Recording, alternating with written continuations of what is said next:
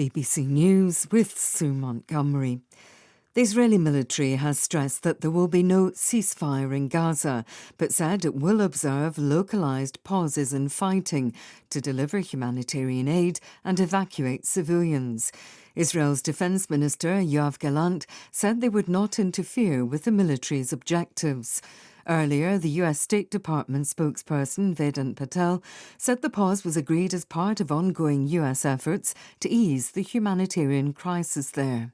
We believe that this is an important step in the right direction. Of course, we are going to continue to want to see more. We have not parsed our words about the dire humanitarian circumstances in Gaza, and it's something that we're going to continue to engage on with the Israelis on what other avenues are available for ensuring access to humanitarian aid and humanitarian pauses that will allow for the safe movement of civilians. The Palestinian armed faction Islamic Jihad has posted videos of 2 Israeli hostages held in Gaza.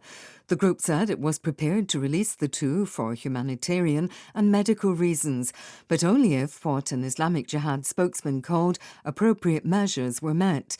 Israel said it would not play into what it described as psychological warfare by their captors. Daniel Hagari speaks for the IDF.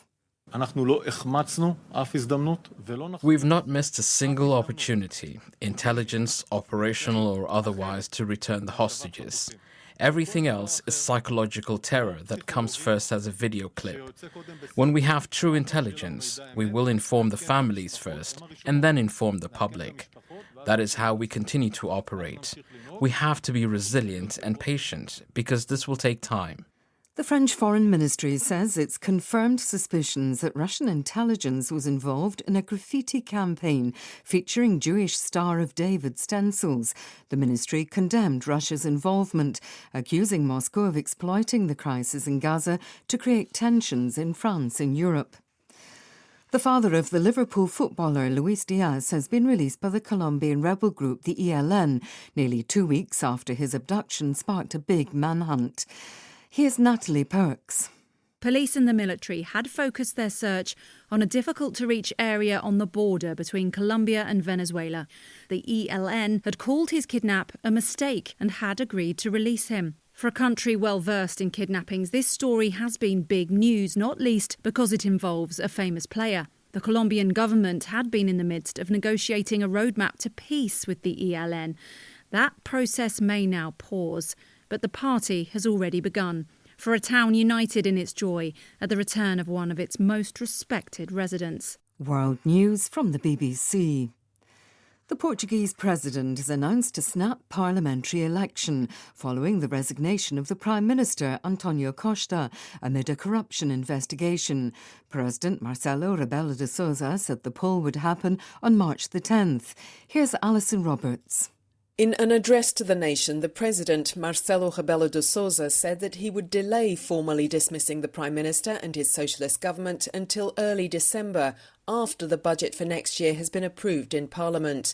This, he said, would guarantee indispensable economic and social stability and ensure that Portugal makes the most of post-pandemic recovery funds from the European Union. As for his decision to dissolve Parliament, the President said that most of the political parties that he consulted favoured a snap election, even if his top advisory panel, the Council of State, was split on the issue. Parliament in Hungary has approved the deployment of a military mission to Chad, which Budapest says will help combat terrorism and illegal migration to Europe. The Hungarian Defence Ministry said 200 troops would go there, with the number eventually likely to double. The influential American feminist news site Jezebel is shutting down after 16 years online as its owner grapples with a downturn in online advertising. Jezebel's parent company, Geo Media, announced the decision in a memo to staff, citing economic headwinds. It said talks with more than 24 potential buyers had been unsuccessful.